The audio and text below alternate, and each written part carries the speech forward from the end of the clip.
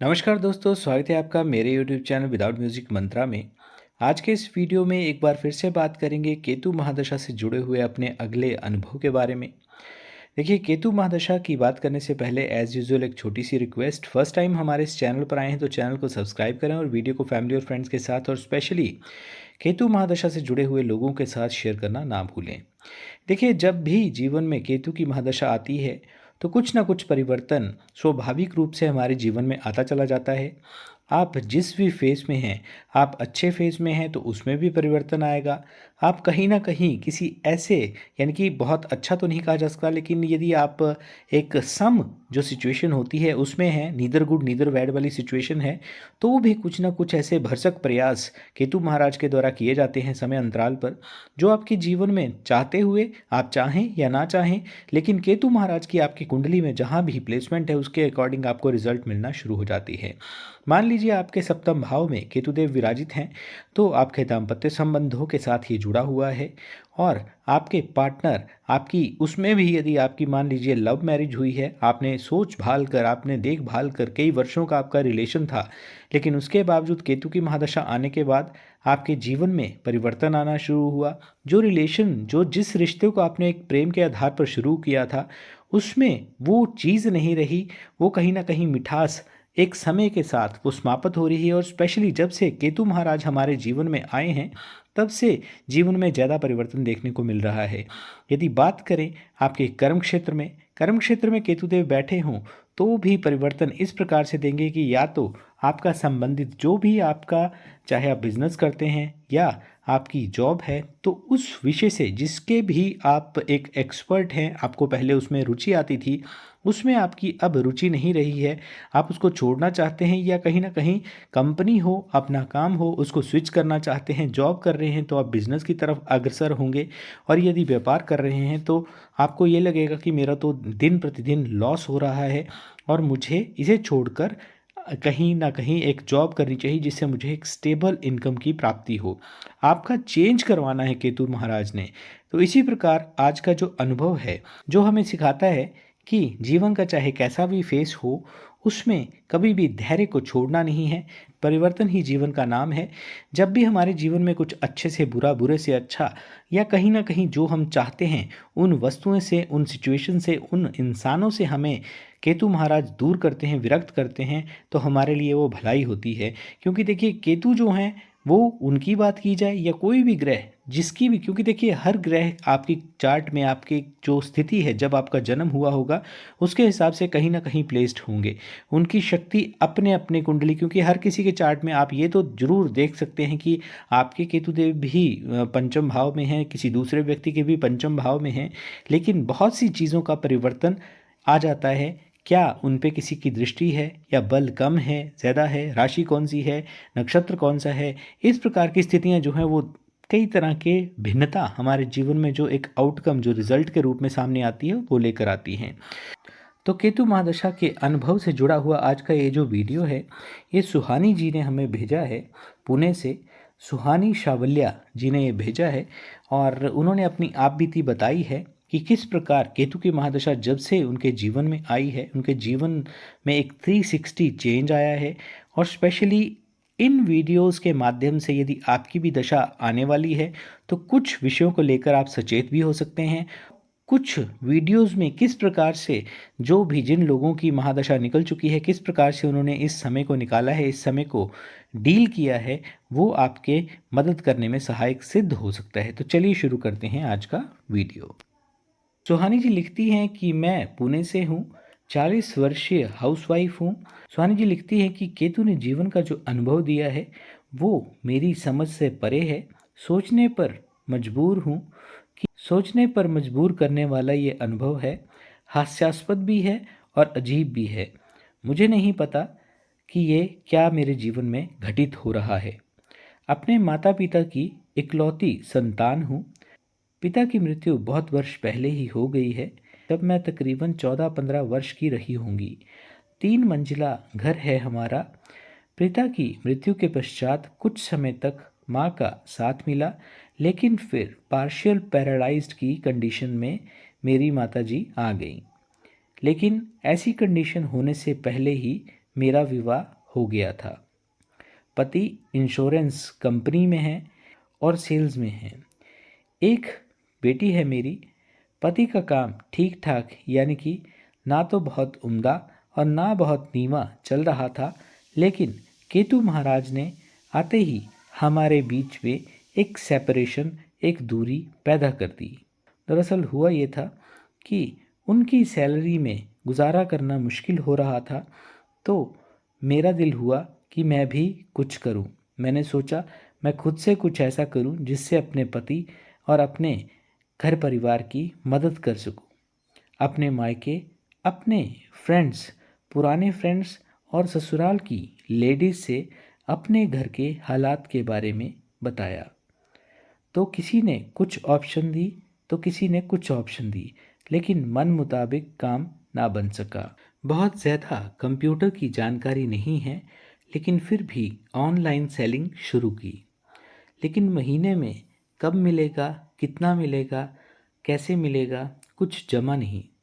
मुझे तो ऐसा काम चाहिए था कि मैं काम पर जाऊं और महीने के बाद मेरे हाथ में कुछ न कुछ आए, जिससे मैं घर चला सकूं। डेटा से रिलेटेड एक जॉब मिली, ऑनलाइन नहीं बल्कि ऑफलाइन, यानी कि ऑफिस जाती थी, बॉस के डिफरेंट डिफरेंट कॉन्टैक्ट्स की फाइल हैंड रिटन बनाकर रखती थी और साथ में उनका रियल एस्टेट ज़मीन खरीद फरोख्त का काम था। उसमें जो फाइल मांगी वो देनी, मेंटेन करके रखना और भी छोटे छोटे काम मैंने किए। पहले महीने सैलरी मिली तो खुशी हुई। नई उम्मीदें, नए सपने दिमाग में आने लगे कि ये करूँगी, वो करूँगी। बच्ची की एजुकेशन के बारे में सोचा कि हेल्प मिल गई। उस इंसान यानी कि मेरे बॉस ने कहा था कि सुहानी, तुम चिंता मत करो, मैं जहाँ तक हो सकेगा तुम्हारी पूरी मदद करूँगा। मेरी एक ससुराल की तरफ से ज़मीन के काम को लेकर भी मुश्किल बनी हुई थी, जिसमें तकरीबन 35,000 रुपये का खर्चा था। पति की आमदनी नहीं, घर में बीमार बुजुर्ग और साथ में बच्ची की पढ़ाई, स्कूल का खर्चा, तो 35,000 एकदम से कहाँ से निकालते। बॉस को बताया तो उन्होंने कहा कि तुम्हें एक नया रुपया नहीं देना है, क्योंकि हमारा तो काम ही लैंड, फ्लैट, घर, मकान से रिलेटेड है। अपने लोगों का ही काम कोई ना करवा पाए तो क्या फ़ायदा।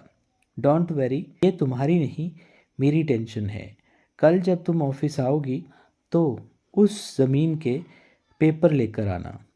मैंने अगले दिन वो पेपर उनको पति के साथ सलाह करने के बाद सौंप दिए।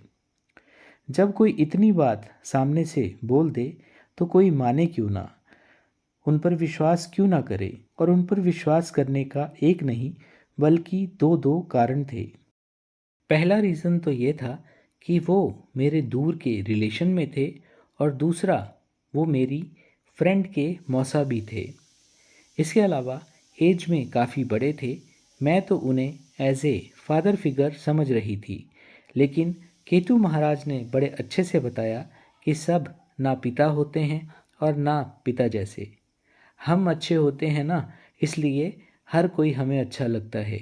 उनकी नीयत मुझे लेकर अच्छी नहीं थी, बदनीयत थी उनकी। एज तकरीबन 65 से ज़्यादा रही होगी। ज़्यादा क्या कहूँ, सैलरी मिली नहीं। काम 3 महीने किया लेकिन सैलरी 1 महीने की ही मिली। ओरिजिनल डॉक्यूमेंट्स जो ज़मीन के थे, वो काम के लिए दिए थे, वो अलग उनके पास फंस गए। अब पेपर तो जैसे तैसे करके निकलवा लिए, लेकिन काम वहीं का वहीं फंसा है। माँ बीमार है, पति की जॉब नहीं, बदनामी अलग हुई। घर में मेरे पति के माता पिता यानी कि मेरे सास ससुर और पास में ही मेरी माँ का भी घर है। तो यूँ समझिए कि कुल मिलाकर 3 बुजुर्गों की सेवा, पति की जॉब की परेशानी, बच्ची के स्कूल का बर्डन और साथ में कई तरह के और समस्याओं को लेकर जूझ रही हूँ। बस कुछ ना कुछ बना ही रहता है। पति को भी जाने क्या हुआ है बता नहीं सकती। पास के ही एक बहुत बड़े मंदिर, धाम जिसे हम बोलते हैं, में जाकर बैठ जाते हैं और कहते हैं कि सुहानी, मैं अपनी ज़िंदगी से थक चुका हूँ। उनकी गुरु की दशा चल रही है, गुरु उनके नीच के हैं और मेरी केतु की। कुछ ऐसी बातें जो शायद ही मैं कभी किसी को भी बता पाऊँ, लेकिन एक बार इस दशा के कंप्लीट होने पर आपके चैनल पर ज़रूर आऊँगी और अपनी लाइफ के इस अनुभव को बताऊँगी ज़रूर। मेरा भरोसा भगवान शिव पर है। मेरे लिए भगवान शिव ही सब कुछ हैं। तो वो जो चाहें, वो जो करना चाहें, वो जो देना चाहें, उन पर ही निर्भर करता है। मेरी तो अब बस हो गई है, जैसे मेरे भोलेनाथ की इच्छा। तो दोस्तों, ये था सुहानी जी का केतु महादशा से जुड़ा हुआ अनुभव। टोटल सरेंडर कर दिया है इन्होंने, सौंप दिया है इस जीवन का सब भार तुम्हारे चरणों में। समर्पित हो गए हैं सृष्टि पर, ब्रह्मांड पर, कि जो भी मेरे जीवन में होगा वो शुभ ही होगा, अच्छा ही होगा। और इसी प्रकार से धैर्य भी बनाना चाहिए। निश्चित तौर पर संबंधित कुछ ना कुछ रेमेडीज़ भी ज़रूर करनी चाहिए, क्योंकि देखिए, जब भी चाहे आप जीव सेवा करें या किसी मानव मात्र की सेवा करें, जो भी शुभ कर्मों के साथ संलग्न होते हैं, और स्पेशली देखिए, केतु की महादशा यदि आपके जीवन काल में आई है तो उसे श्राप ना समझें, बल्कि इस पीरियड को अपने लिए एक सेवा के माध्यम के रूप में, अपने लिए एक वरदान स्वरूप माने, क्योंकि इस समय में आपका एक डायरेक्ट कनेक्शन जो होता है, डायरेक्ट लिंक जो होता है, वो परमात्मा के साथ होता है। आप जिस भी धर्म से संबंधित हैं उन ईष्ट के साथ होता है। आपकी जो एक आवाज़ है, दिल से निकली हुई आवाज़ आपकी डायरेक्ट जो है वो भगवान तक पहुंचती है। निश्चित तौर पर कष्ट, जो भी हमारे प्रारब्ध रूपी, जो भी जितने भी हमने पिछले जन्मों में कुछ गलत कर्म किए होते हैं, उनका फल स्वरूप बनकर इस समय में हमारे सामने आता है। लेकिन व्यथित नहीं होना है, साहस बनाए रखना है, क्योंकि आज समय यदि अच्छा नहीं है, हमारे अनुकूल नहीं है, तो निश्चित तौर पर समय है, एक दिन बीत ही जाएगा और परिवर्तित ज़रूर होगा। और हमेशा समय की भी ये आदत रही है कि अच्छे से बुरा और बुरे से अच्छा ज़रूर होता है। आप जिस फेस में भी आज हैं उसमें आज नहीं रहेंगे, उसमें, और जिसमें कल थे उसमें आज नहीं हैं।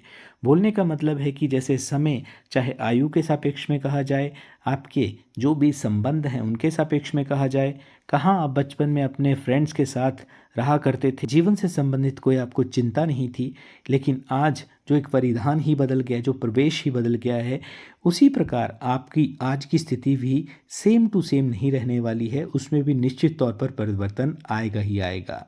तो दोस्तों, इन्हीं शब्दों के साथ आज के इस वीडियो को मैं विराम दूंगा। आई होप कि आपको वीडियो अच्छा लगा होगा।